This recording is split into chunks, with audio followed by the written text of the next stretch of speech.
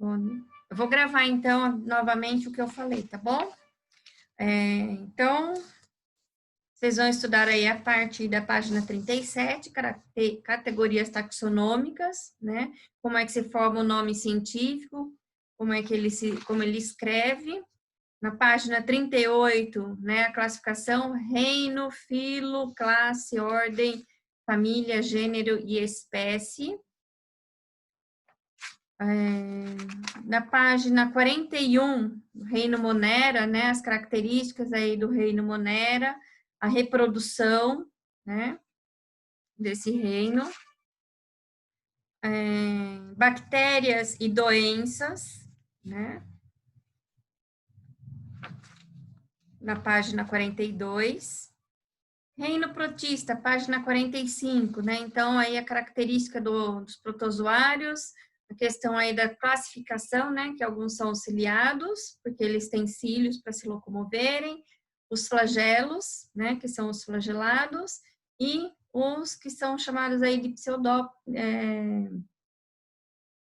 tem o formato aí ameboide, né, que possuem pseudópodes, que são os falsos pés, prolongamentos da sua membrana plasmática que eles formam para poder se locomover e para se alimentar, tá? Doenças causadas por protozoários, né? A doença de Chagas, a malária, a amebíase e a toxoplasmose. Um pouquinho aí sobre as características aí das algas.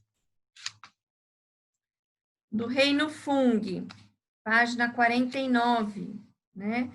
O terceiro, quarto e quinto parágrafo, um pouquinho sobre a característica, né, dos fungos, que eles são heterótrofos, porque eles se alimentam de outro ser vivo, podem ser multicelulares ou unicelulares, no caso aí das leveduras, tá? Na sua estrutura, né, eles possuem hifas, e o conjunto dessas hifas vão formar um micélio, que é a parte interna que a gente não consegue ver, que é a parte microscópica, e tem a parte que é o que a gente vê pelo lado de fora, que é chamada de corpo de frutificação, tá? Estrutura reprodutora são os esporângios, e eles vão liberar os esporos que vão formar aí novos fungos, ok?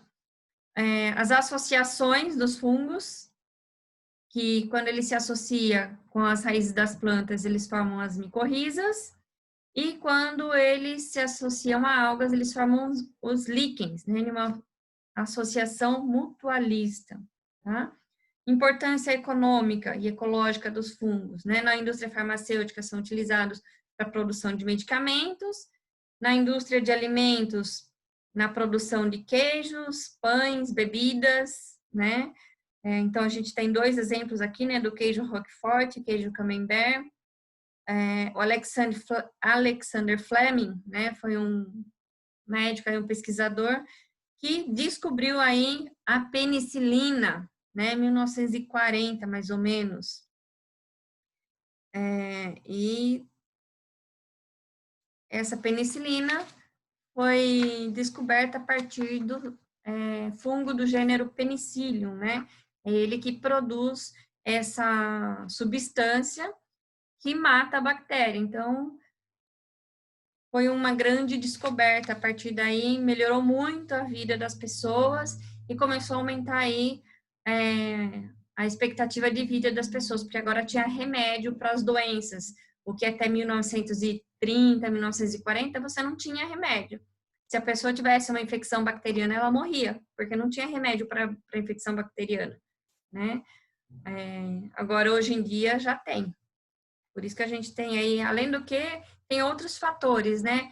Melhorou o saneamento básico, melhorou a nossa qualidade de vida, né? Melhorou a alimentação, então isso tudo faz diferença aí na expectativa de vida.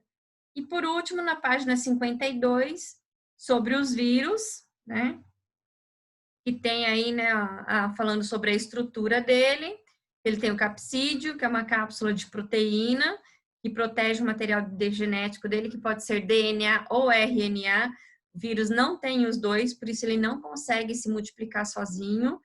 e o torna um parasita intracelular obrigatório, por causa disso que ele tem que se reproduzir dentro da célula. Então, o que ele faz? Ele entra dentro da célula, injeta o DNA dele na célula, esse DNA dele contamina o DNA da célula e começa a produção de novos vírus, tá?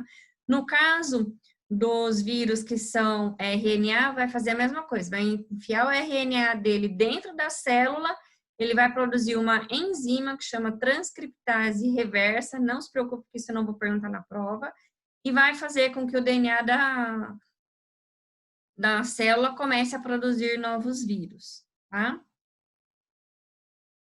Então, basicamente é isso. Ah, e detalhe, o vírus não pertence a nenhum reino, tá? Por quê? Porque ele não é considerado um ser vivo, mas ele também não é considerado um ser inexistente, né? Um ser inorgânico, por exemplo, tá? Então, a gente diz que o vírus, ele está no limiar da vida, né? Ele nem está do lado dos que não têm vida, como ele também não está do lado dos que têm vida, né? Ele tem vida porque ele tem DNA, mas ele não tem vida porque ele não consegue se reproduzir sozinho, né? Então, a gente diz que ele fica aí num limiar da vida, ok?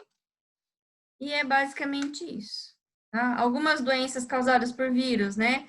A gente tem aí a AIDS, a gripe, tem a catapora, a cachumba, a raiva, né? Sarampo, hepatite, poliomielite, o coronavírus, né?